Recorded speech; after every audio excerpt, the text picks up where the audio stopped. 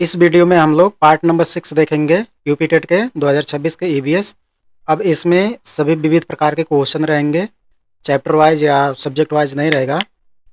तो आपको इसमें सभी विविध विविध प्रकार के क्वेश्चन मिलेंगे जो आपको तैयारी में बहुत मदद कराएंगे, आपकी तैयारी में बहुत ही बेनिफिट रहेगा। तो वीडियो को पूरा देखिएगा, ठीक है। चलिए शुरू करते हैं तब। प्रश्न नंबर पहला है, उत्तर प्रदेश का सबसे बड़ा वन्य जीव विहार कौन सा है?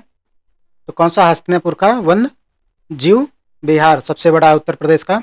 उत्तर प्रदेश का सबसे छोटा वन्य जीव विहार कौन सा है? तो महावीर स्वामी वन्य जीव विहार जो ललितपुर में है, इंपॉर्टेंट है।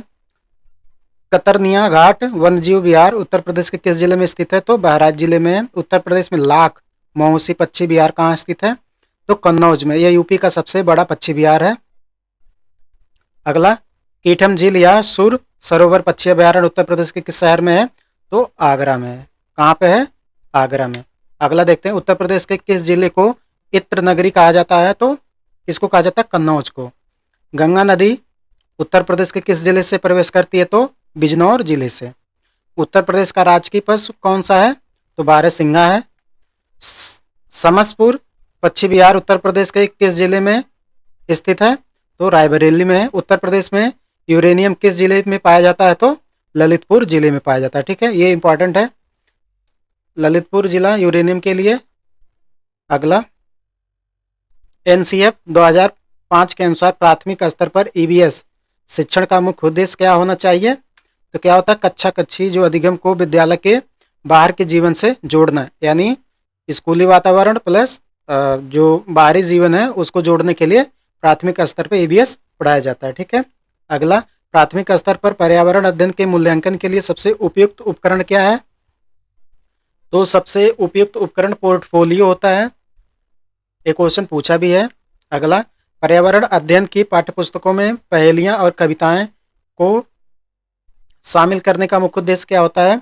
तो छात्रों में आलोचनात्मक चिंतन और सृजनात्मकता का विकास करने के लिए क्या जोड़ी जाती है? उनके पर्यावरण पुस्तकों में पहेलियां और कविताएं को शामिल किया जाता है।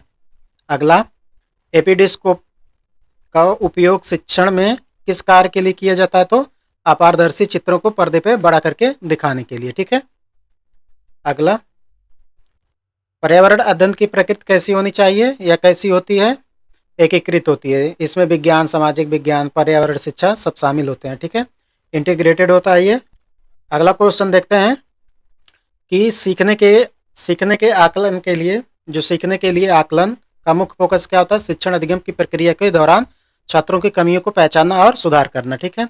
अगला है, बच्चों को पर्यावरण की खोज करने के लिए पर्याप्त स्थान दिया जाता है। यह क्या दर्शाता है? तो क्या दर्शाता है? पर्यावरण अध्ययन में बाल केंद्रित हो, ठीक है, चाइल्ड सेंटर। ये सभी ईवीएस मतलब पेडागोजी के 2-3 क्वेश्चन आपसे पूछा जाता है, ठीक है। 1-2 क्वेश्चन नियर अबाउट दिया ही जाता है, इसीलिए करवा दे रहे हैं, ठीक है।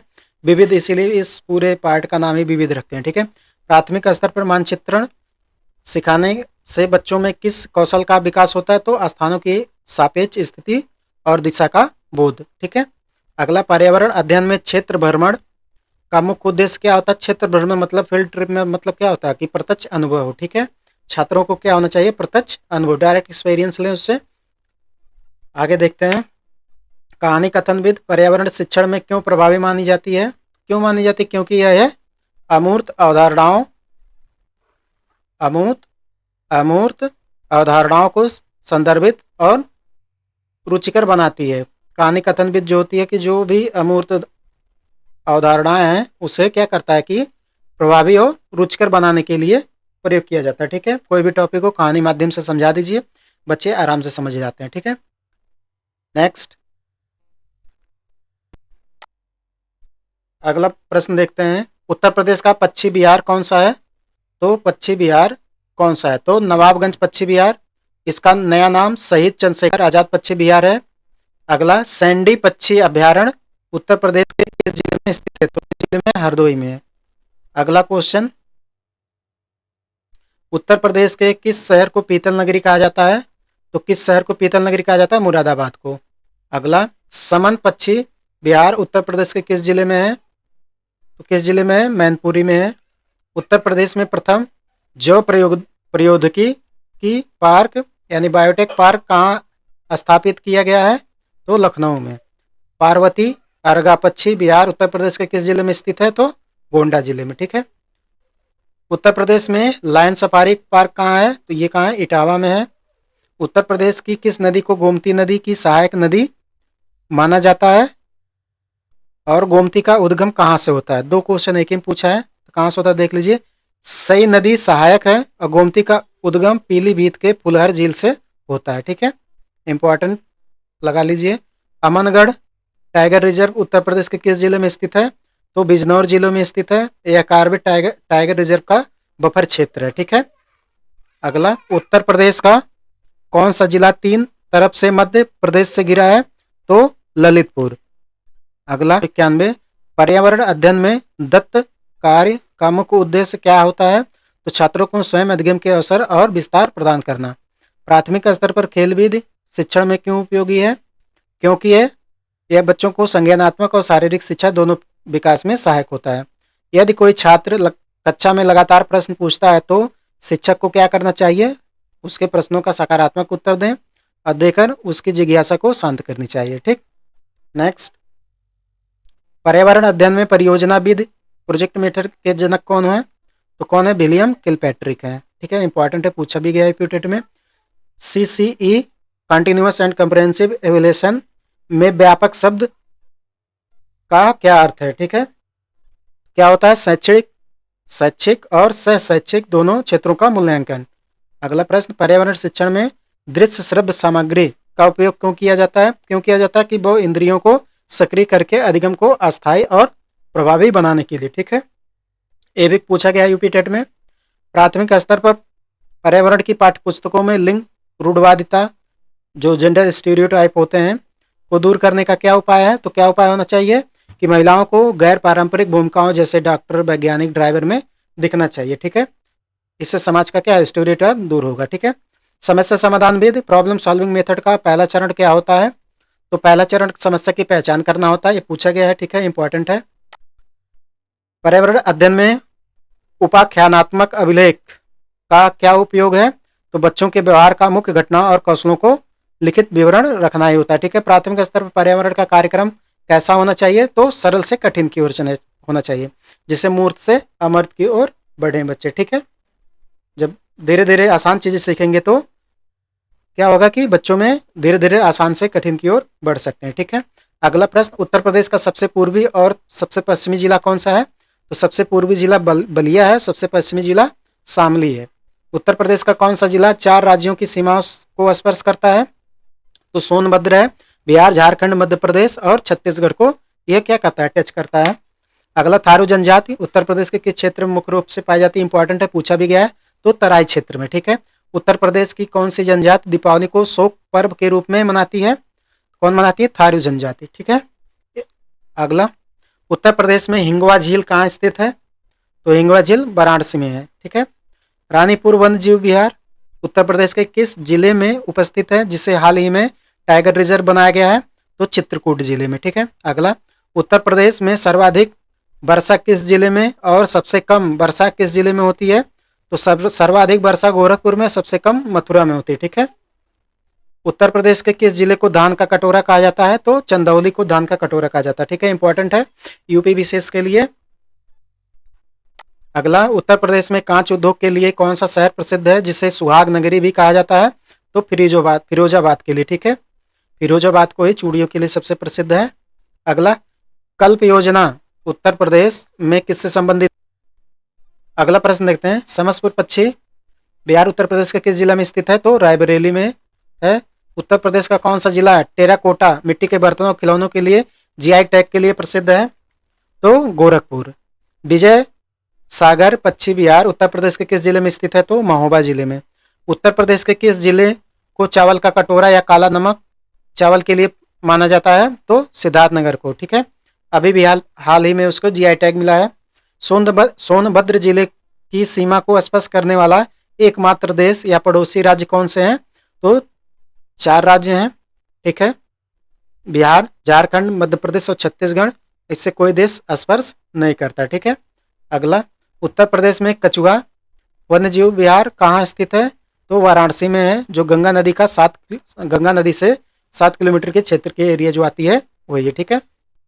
उत्तर प्रदेश का कौन सा क्षेत्र कांच की बालू, ठीक है, ग्लास सैंड के उत्पादन के लिए प्रसिद्ध है? तो प्रयागराज, शंकरगढ़ क्षेत्र जो है वहाँ प्रसिद्ध है, ठीक है। अगला, महावीर स्वामी वन्य जीव विहार उत्तर प्रदेश के किस जिले में है और यह किसके लिए माना जाता है?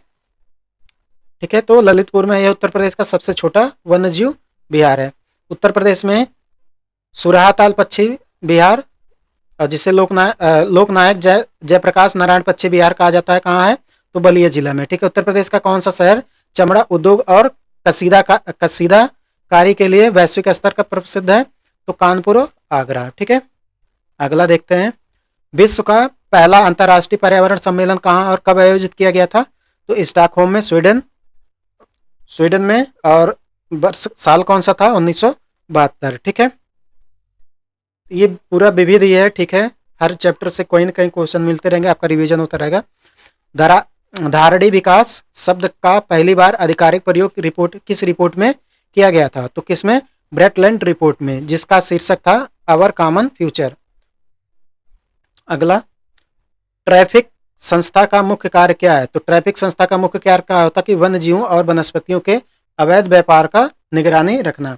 134 पृथ्वी सम्मेलन 1992 में जो सम्मेलन हुआ था, हस्ताक्षरित UNFCCC का पूर्ण रूप क्या है? ठीक है, तो क्या होता है? United nation frame work convention on climate change, ठीक है। इसका फुल फॉर्म होता है, पूछा भी गया है। अगला, climate change performance index CCPI कौन सा संगठन जारी करता है? तो जर्मन वॉच। कौन जारी करता है? German watch. विश्व मौसम विज्ञान संगठन का मुख्यालय कहाँ है? तो जिनेवा में, जो कहाँ पे? स्विट्जरलैंड में, ठीक है। 638 वायुमंडल में ऊंचाई बढ़ने के साथ तापमान घटने की सामान्य दर क्या है? तो सामान्य दर पूछा जा रहा, तो क्या है? तो प्रत्येक 165 मीटर की ऊंचाई पर एक डिग्री सेल्सियस तापमान क्या होता है? कम होता है, ठीक है। आगे देखते हैं, गरजने वाले बादल मुख्य रूप से किस प्रकार के बादलों को कहा जाता है? जो थंडर स्टॉर्म क्लाउड होते हैं उसको क्या नाम से जाना जाता है, वो पूछा रहा, ठीक है।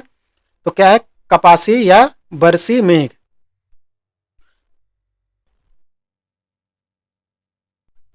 उत्तरी भारत के मैदानों में गर्मियों में चलने वाली गर्म और शुष्क हवा को क्या कहते हैं? तो लू कहते हैं। किस पवन को हिम भच्छी या स्नो ईटर कहा जाता है? क्योंकि यह राकी पर्वत की बर्फ पिघला देती है। किसे कहा जाता है? चिनूक को। चिनूक पवन को क्या बोला जाता है? स्नो ईटर, ठीक है। इटली में सहारा मरुस्थल से आने वाली रक्त वर्षा, ब्लड रेन जिसे बोलते हैं, कराने वाली हवा का क्या नाम है? तो सिराको। क्या नाम है इसका? सिराको। अगला क्वेश्चन देखते हैं, वाहनों के धुएं से निकलने वाला कौन सा प्रदूषक आंखों में जलन पैदा करता है? तो कौन सा जलन पैदा करता है? तो प्रॉक्सी एसिटाइल्स नाइट्रेट, जिसे पैन बोलते हैं, proxy acetyls nitrate. Particulate matter PM 2.5 के कणों का व्यास कितना होता है? तो 2.5 माइक्रोन या उससे कम के कण जो फेफड़ों के अंदर तक जा सकते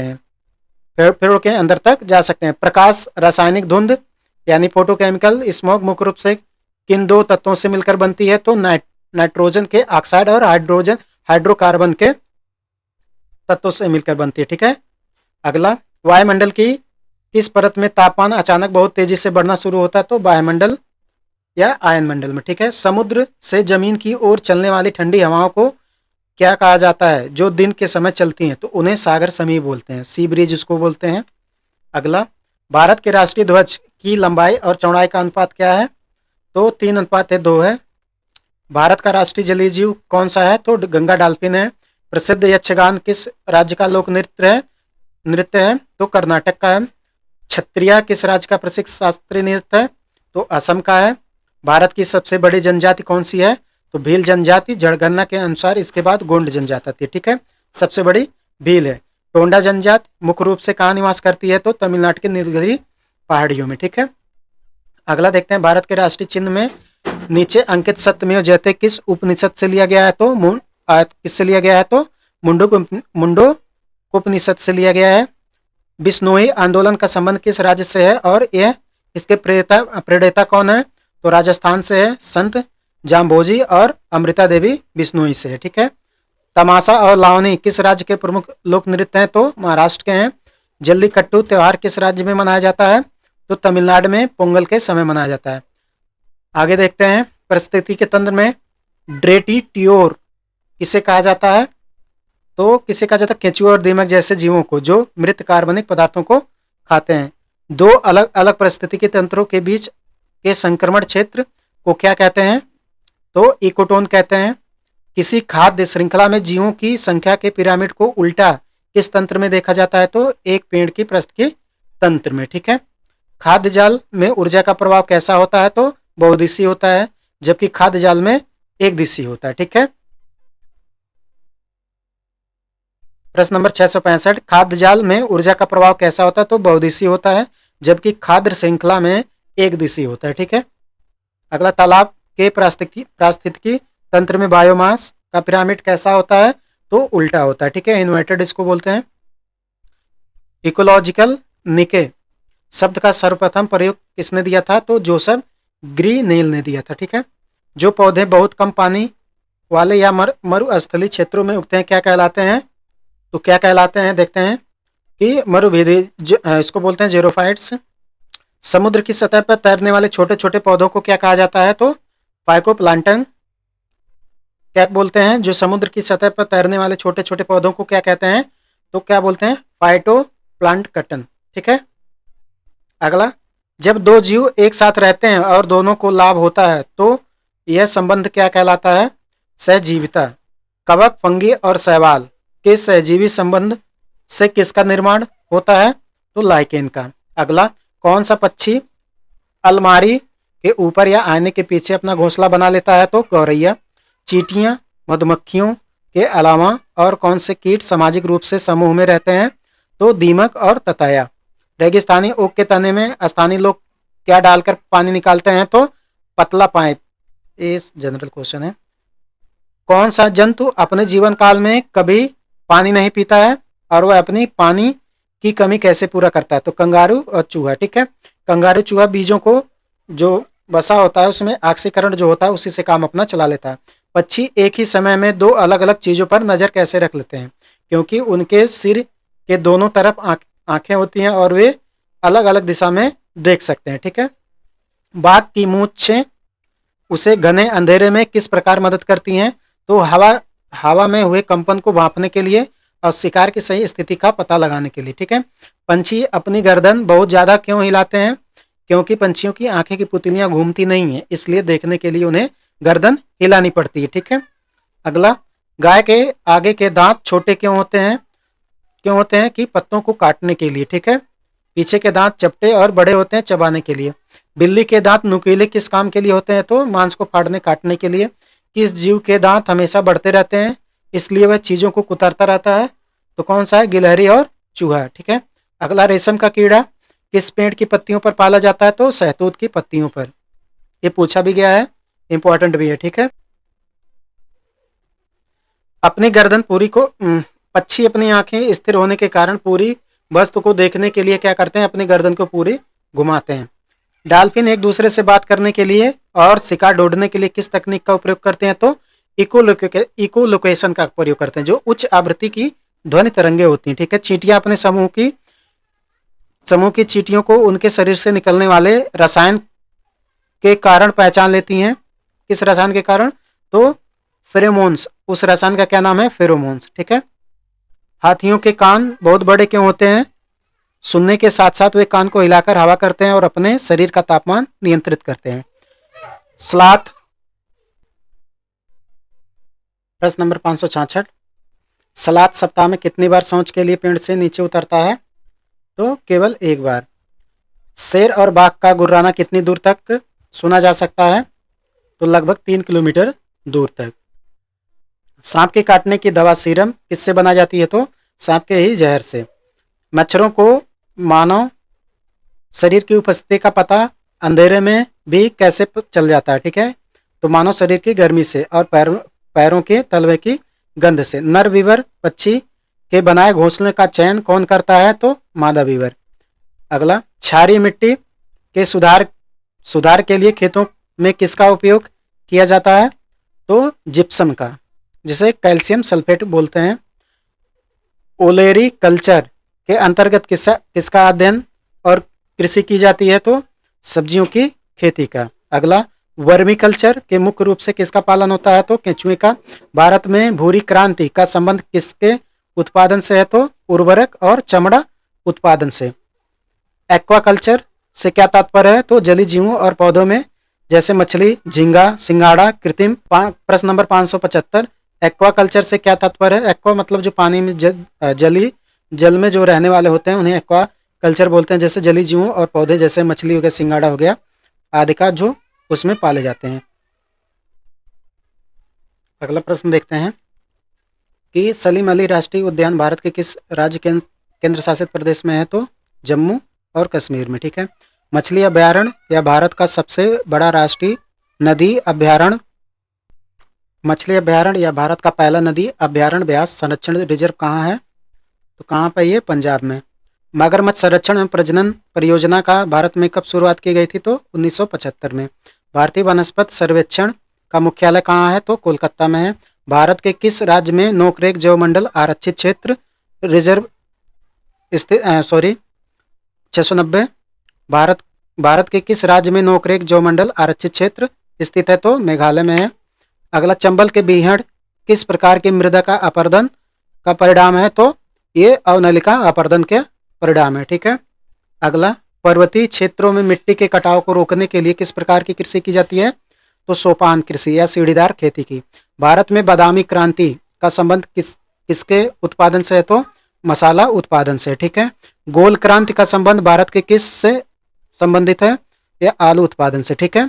मिट्टी की ह्यूमस की मात्रा बढ़ाने के लिए किस प्रकार की फसलें उगाने की सलाह दी जाती है? तो दलहनी फसलों को, जैसे चना, अरहर। हाइड्रोपोनिक्स तकनीक से क्या तात्पर्य है?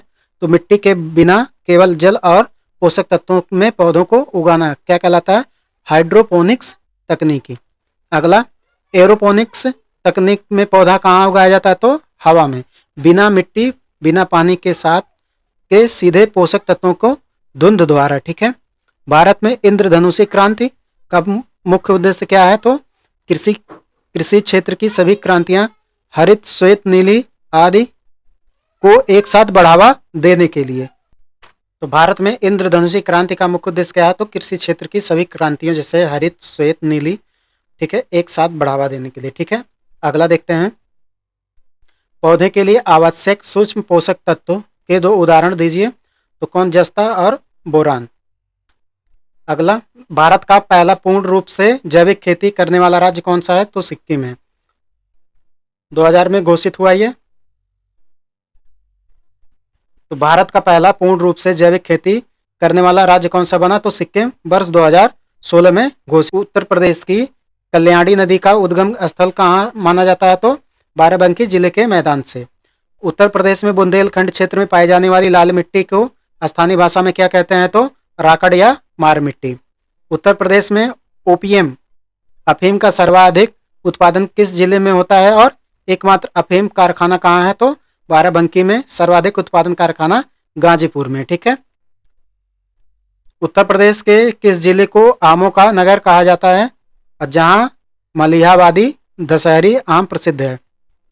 कहाँ है? लखनऊ में। हथनी कुंड बैराज उत्तर प्रदेश में किस नदी पर स्थित है जहां से 5 राज्यों को पानी मिलता है? तो यमुना नदी पर। ये कहाँ स्थित है? सहारनपुर में। ठीक है। अगला देखते हैं, उत्तर प्रदेश में केंद्रीय कृषि वानिकी अनुसंधान केंद्र कहाँ स्थित है? तो झांसी में। उत्तर प्रदेश का कौन सा जिला दालचीनी और लकड़ी के खिलौने के लिए प्रसिद्ध है? तो चित्रकूट और वाराणसी। उत्तर प्रदेश में किस जिले में बाढ़ सागर बांध परियोजना स्थित है जो यूपी, एमपी और बिहार के संयुक्त परियोजना से है? तो मिर्जापुर और सोनभद्र जिले में है, जो सोन नदी पर है। ठीक है। उत्तर प्रदेश में मेजा जलाशय बांध किस नदी पर बनाया गया है? तो बेला नदी पर। ठीक है। उत्तर प्रदेश की कृषि नीति के अनुसार राज्य को कितने कृषि जलवायु क्षेत्रों में बांटा गया है? तो 9। अगला है, प्रथम पृथ्वी शिखर सम्मेलन 1992 कहाँ आयोजित हुआ था? तो रियो डी जेनेरो में ब्राजील में हुआ था। ओजोन परत के संरक्षण से संबंधित मॉन्ट्रियल प्रोटोकॉल किस वर्ष हस्ताक्षरित हुआ था? तो 16 सितंबर 1987 को। ठीक है, कहाँ पे? कनाडा में। स्टॉकहोम सम्मेलन किस वर्ष आयोजित किया गया था? तो 1972 में। इसी सम्मेलन में 5 जून को पर्यावरण दिवस घोषित करने को दिया गया था। इंपॉर्टेंट है, पर्यावरण दिवस हमेशा पूछता है। भारत में राजीव गांधी पर्यावरण पुरस्कार किस क्षेत्र में दिया जाता है? तो स्वच्छ प्रौद्योगिकी एवं विकास के क्षेत्र के योगदान देने के लिए। ठीक है। टायलर पुरस्कार किस क्षेत्र में दिया जाता है? तो पर्यावरण सुरक्षण और पारिस्थितिकी के क्षेत्र में। ठीक है। अगला, रामसर कन्वेंशन का मुख्य उद्देश्य क्या है? तो आर्द्र भूमियों का संरक्षण और बुद्धिपूर्वक उपयोग करना उसका। ठीक है। भारत की पहली रामसर साइट किसे घोषित किया गया था? तो चिल्का झील को, जो उड़ीसा में, और केवला देव राष्ट्रीय उद्यान जो राजस्थान में। कब इसे घोषित किया गया था? 1981 में। पर्यावरण का दुश्मन या आतंकवादी किस वृक्ष को कहा जाता है? तो यूकेलिप्टस को, जिसे सफेदा को भी बोलते हैं, क्योंकि यह अत्यधिक जल सोखता है। ठीक है। बाघ परियोजना के पहले निदेशक कौन थे, जिन्हें टाइगर मैन ऑफ इंडिया भी कहा जाता है? तो कैलाश सांकले को। ठीक है। अगला, Waterman of India Waterman of India के नाम से किसे जानते हैं? तो राजेंद्र सिंह को। अगला, अंटार्कटिका के ऊपर ओजोन क्षेत्र की खोज सर्वप्रथम किस वर्ष और किसने की थी? तो वह साल था 1985, जोसेफ फायरमैन और उनकी टीम ने। ठीक है। वायुमंडल की कौन सी परत रेडियो तरंगों को पृथ्वी पर वापस परावर्तित करती है? तो आयनमंडल। परावैंगनी किरणें के 3 प्रकार UVA, UVB, UVC में सबसे खतरनाक कौन सी होती है? तो UVC। ओजोन परत का मुख्य रूप से तापमान मंडल में कितनी ऊंचाई के बीच सर्वाधिक सघन होती है?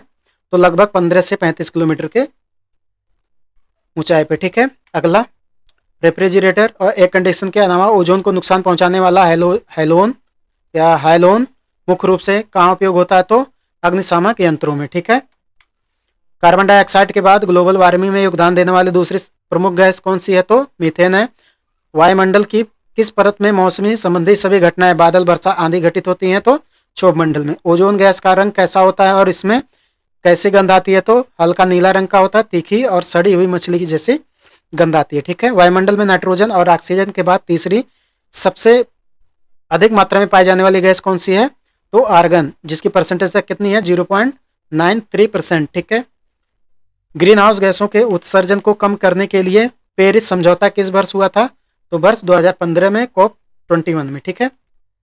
अगला, राष्ट्रीय वन्य जीव बोर्ड NBWL का अध्यक्ष कौन है? तो भारत के प्रधानमंत्री।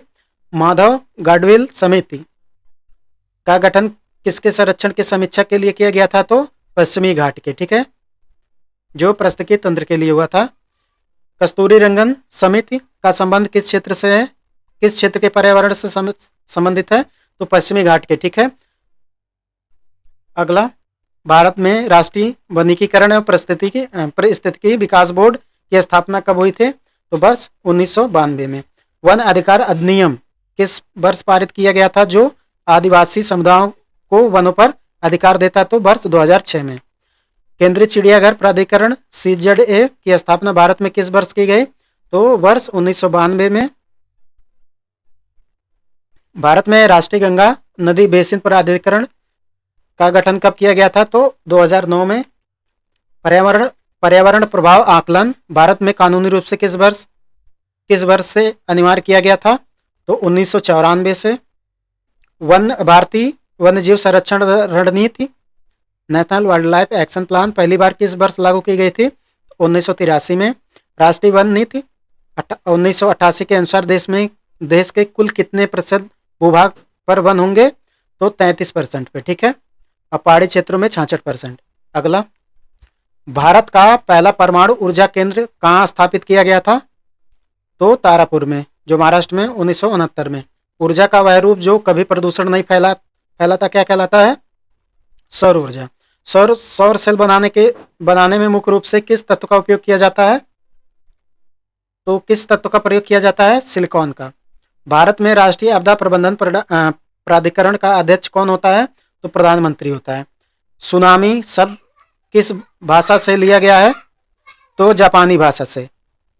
कगाली या नाव की दुर्घटना से सुरक्षा के लिए अंतर्राष्ट्रीय स्तर पर कौन सी संस्था काम करती है? तो तो कौन करती है? IAEA, international atomic energy agency. Bharat का पहला सौर ऊर्जा संचालित केंद्र शासित प्रदेश कौन सा है? तो दीव है। बायोगैस का मुख्य घटक क्या है? तो मीथेन, लगभग 55 से 75%। कोयले का सबसे शुद्ध और उच्च गुणवत्ता वाला प्रकार कौन सा है? तो कौन सा है? एंथ्रेसाइट। भूतापी ऊर्जा पर आधारित मणिकरण बिजली संयंत्र राज्य किस राज्य में है? या भूतापी ऊर्जा पर आधारित मणिकरण बिजली संयंत्र किस राज्य में है? हिमाचल प्रदेश में है। बिहू किस राज्य का प्रसिद्ध लोक नृत्य है? तो असम का है। चेराव या बांस नृत्य भारत के किस राज्य में किया जाता है? तो मिजोरम में। प्रसिद्ध पशुपतिनाथ मंदिर कहाँ स्थित है? तो काठमांडू में। विश्व प्रसिद्ध हरिहर क्षेत्र का मेला सोनपुर मावेशी मेला या किस राज्य में लगता है? तो बिहार में लगता है। वर्ली लोक चित्रकला का संबंध किस राज्य में है? तो महाराष्ट्र में है। मधुबनी पेंटिंग भारत के किस राज्य की पारंपरिक लोक कला है? बिहार की। कुचिपुड़ी किस राज्य का शास्त्रीय नृत्य है? कुचिपुड़ी किस राज्य का शास्त्रीय नृत्य है? तो आंध्र प्रदेश का। पुष्कर मेला भारत के किस राज्य में आयोजित किया जाता है? तो राजस्थान के अजमेर जिले में। पोंगल किस राज्य का प्रमुख त्योहार है? तमिलनाडु का। ओणम त्योहार मुख्य रूप से किस राज्य में मनाया जाता है? तो केरल में। इकोलॉजिकल निके शब्द का सर्वप्रथम प्रयोग किसने किया था? तो जोसेफ ग्रीनेल ने। जो पौधे बहुत कम पानी वाले मरुस्थलीय क्षेत्र में उगते हैं उन्हें क्या कहते हैं? तो मरुभित्ति कहते हैं। समुद्र की सतह पर तैरने वाले छोटे छोटे पौधों को क्या कहा जाता है? तो फाइटो प्लांटन कहते हैं उसको। जब दो जीव एक साथ रहते हैं और दोनों को लाभ होता है तो यह संबंध क्या कहलाता है? तो सहजीविता कहलाता है। कवक और शैवाल के सहजीवी संबंध में किसका निर्माण होता है? तो लाइकेन का। अगला है भारतीय कृषि क्रांति एवं फसलें से पीली क्रांति का संबंध किसके उत्पादन से है? तो तिलहन और विशेषकर सरसों के उत्पादन में। जायद की फसलें किस मौसम में उगाई जाती हैं? तो मार्च से जून में। जून के ग्रीष्मकालीन मैदान में जैसे तरबूज, खरबूज, खीरा।